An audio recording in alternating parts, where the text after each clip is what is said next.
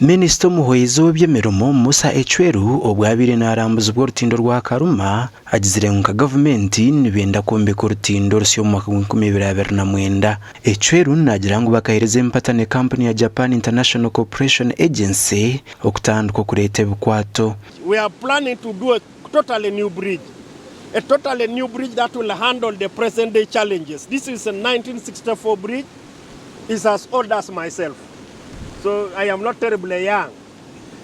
So it should have been worked on some years back. But it has reached where it has reached now. Echweru nagira ngo nibija no kukora urutindo rwa Masindi Park ngukonka batongera kuteganisubwa aho urutindo rwa Karuma rubarabarukire. I also want to know, let the country know, government is doing whatever it takes to quickly start working on Masindi Park bridge. We're also going to put another bridge there.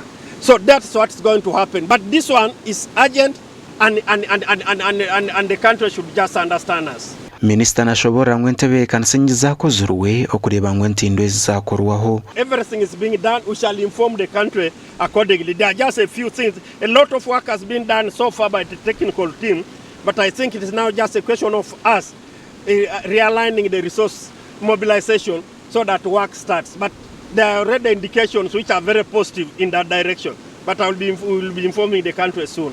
Honda Minister yagaruka yashobora umugasho mukuru ogurutindo rwa Karuma. This is one of the busiest roads. You should know that it serves South Sudan, it serves DR Congo, and then it serves the northern part of the country, the entire northern part of the country. So it's one of the we are standing in a very critical artery of the country.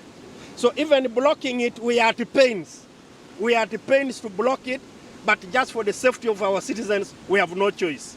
Orutindo rwa Karuma rukombeko mu mwaka wa 1994 ahigura y'umugera gwa Victoria Nile okubasa kugiti cyanga cya Bunyoro hamwe na Western Nile otiro no kugiti hangari ya Uganda n'amahanga gana nka South Sudan hamwe n'ihangari ya Democratic Republic of Congo. Gasha kwa Mbrozo n'Agabakatoto.